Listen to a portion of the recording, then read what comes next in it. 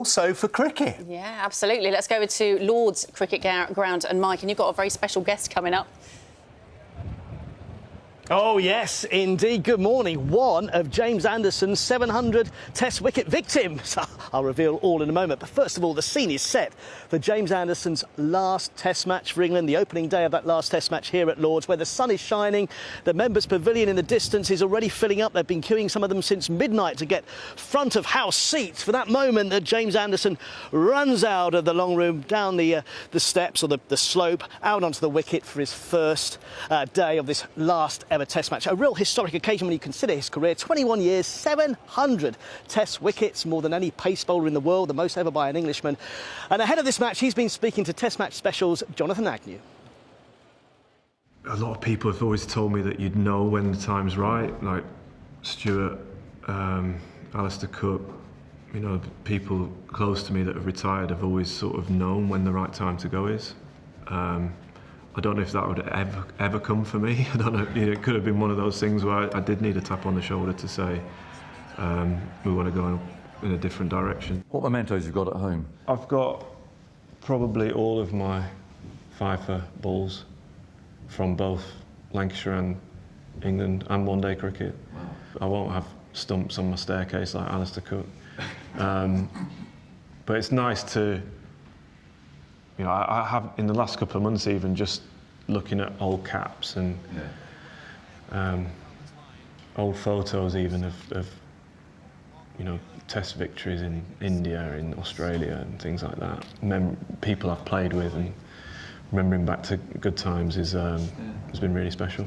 Welcome to old age. Can you pinpoint one? Can you pinpoint something out of this immense career? Just something, a moment.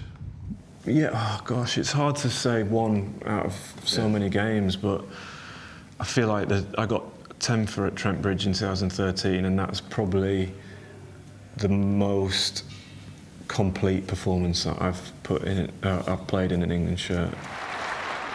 Oh, no. Just everything felt good from ball one. I just felt like I could get every single one of their players out. You know, there's always one or two players that maybe you think, oh, I'm not getting him out today. But that day I felt like I was invincible. You don't seem a very emotional fellow to me, Jimmy, but you'll have a lump when you're walking out. There'll be guards of honour and all that sort of business going on. You braced for that? I'm sure at some point there'll be emotion there. But I think I don't want it to come too early, so I'm trying to block it out as much as possible. Don't want to be at the end of my mark, bawling my eyes out. No, we don't want to see that. No one wants to see that.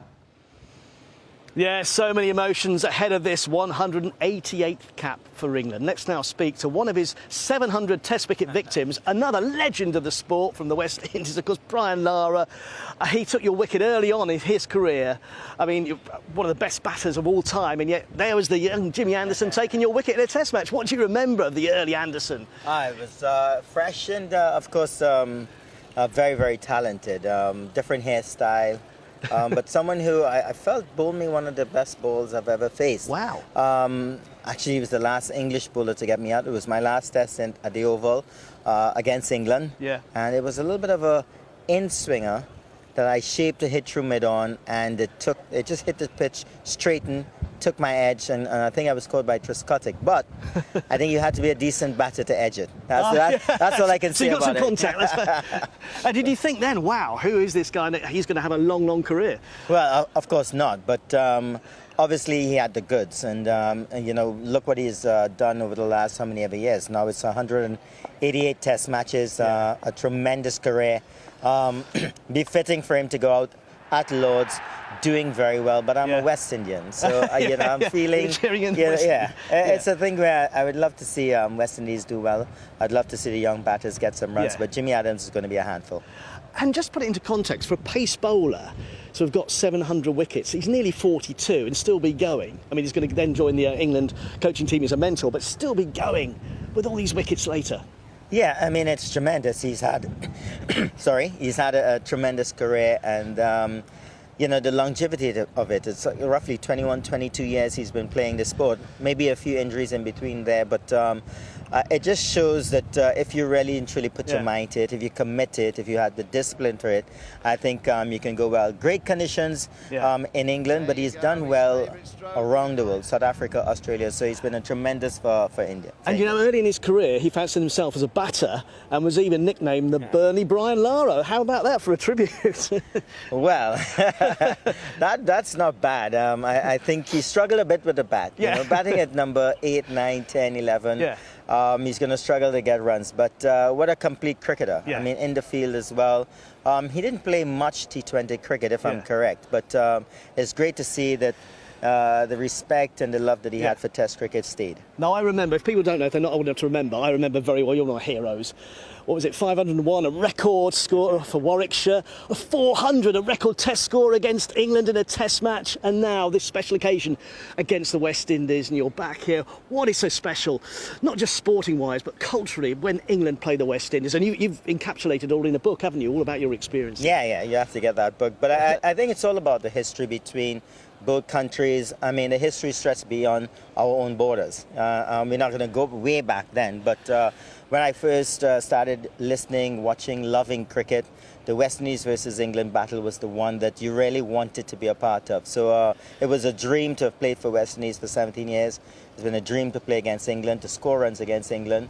And today, I'm looking forward to a wonderful Test match. Yeah, and who would you say is favourites? Do you think, obviously, the West Indies got a good bowling attack, but maybe batting's a bit of their weakness this time? I don't mind to say that England definitely strong favourites for this Test match, but the West Indies in their last game against Australia, the Gabba, we saw what they're capable of. And you're right, the bowling attack is very penetrative, young, but I think they can get 20 wickets, which is most important. Well, Brian, it's been an honour. Thanks so much for your time this morning. We are pinching ourselves that we are here, 21 years on from when Jimmy Anderson made his debut here against Zimbabwe in 2003.